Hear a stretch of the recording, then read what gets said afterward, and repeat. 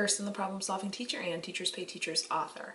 If you like my videos, remember to like and subscribe and hit that notification bell down below and leave a comment. It lets other teachers like you find me on YouTube.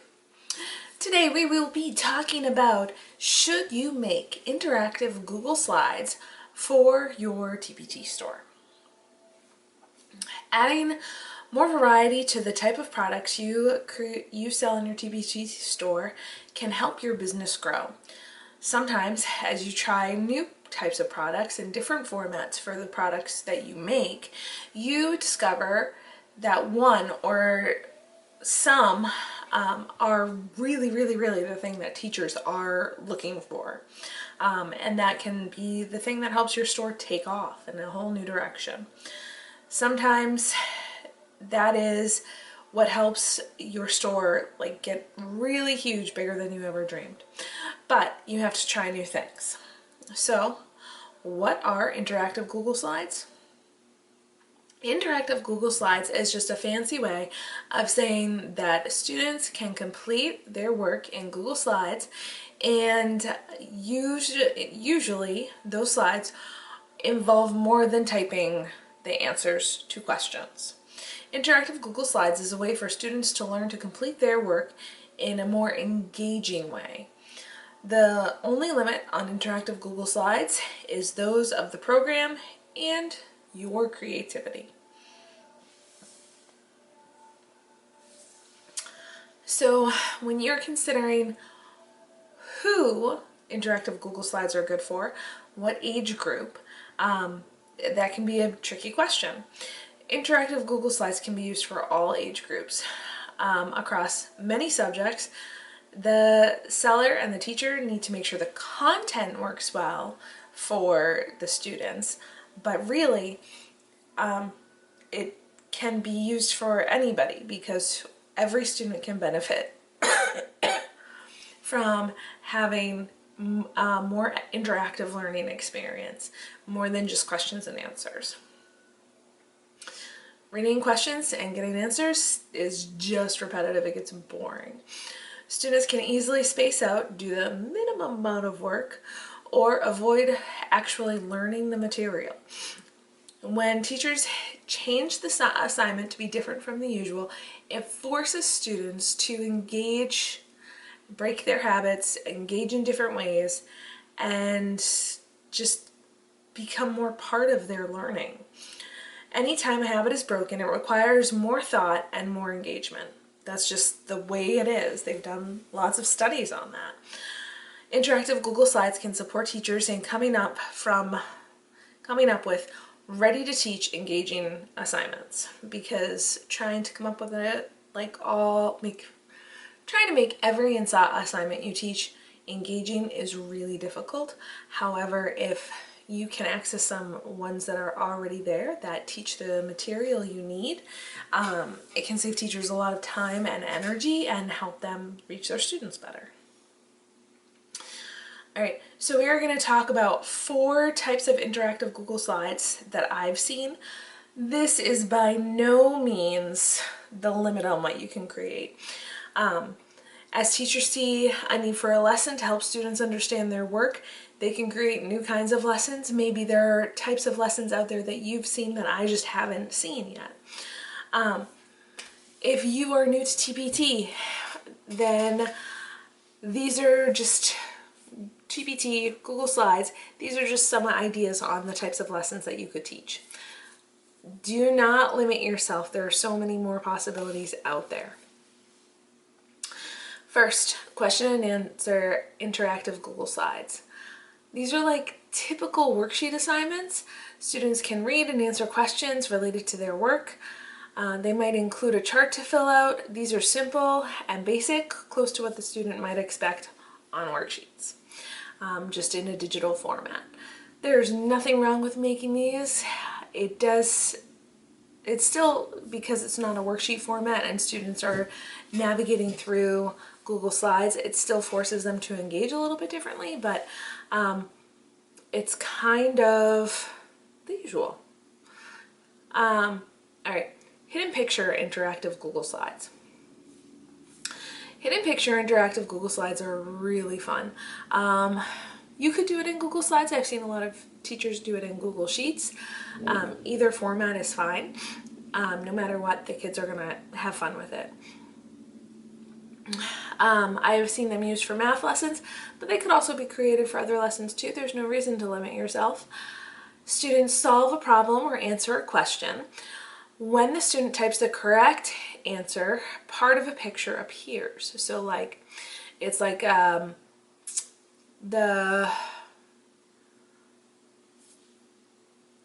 like pixeled art where you can see like each square is different colors, and when they answer a question correctly, that part of that pixeled art fills in. So you know, they could be making something seasonal like a turkey, or they could be making something related to the topic. The students get to create a picture, and it's also, they get to self-check their work, which is really nice for the teacher to be like, well, they know that something didn't appear, so they know they did something wrong. So you can tell students to go back because they did something wrong and they need to self-check their work and fix it. So they can be a lot of fun. They're kind of challenging to create because you have to be able to make the pixelized picture, but you can see why students would love them. A game interactive Google Slides. You could create a Jeopardy-like game easily with interactive Google Slides. You can also use tools that help you. You just use the tools to help you link one slide to another. And when students pick their answer or enter an answer, they find out if they're correct, and they can like gain points and things. It's just a little bit of work from you learning how to navigate between the different slides and figuring out question formats that work for that.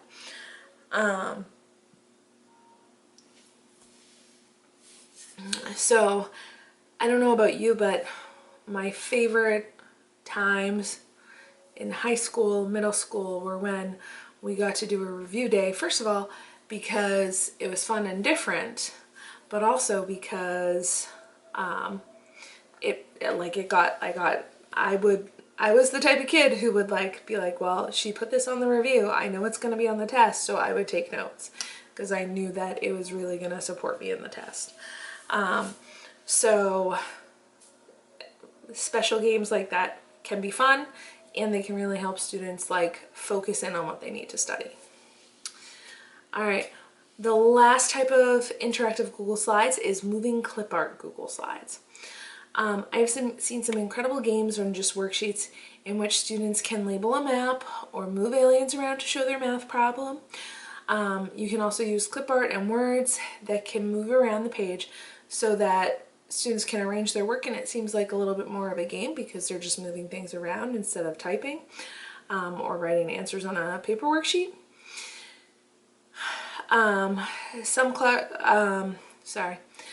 So the trick of these types of activities is just making sure that the words and the pictures are pictures so that students can't delete them all by accident or retype it and retype the wrong thing.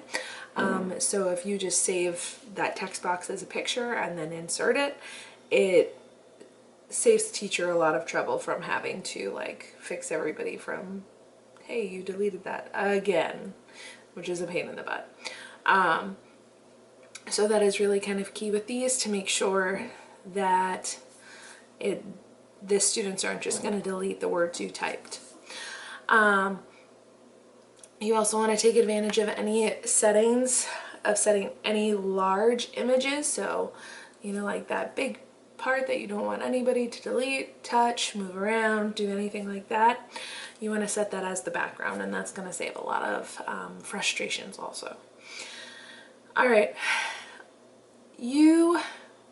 So those are the 4 types of interactive Google Slides.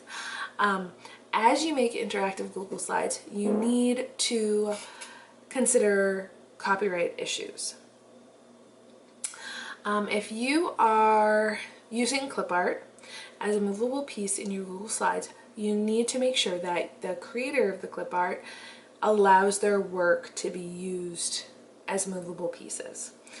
So most clip artists request that you combine their image that you're borrowing with other images, with your copyright information for your store, like borders, backgrounds, like just making sure that you've made it kind of unique so that somebody can't like zero in on that, you know, alien or funny little kid with no tooth and zero in on it and copy it and paste it and steal their clip artwork.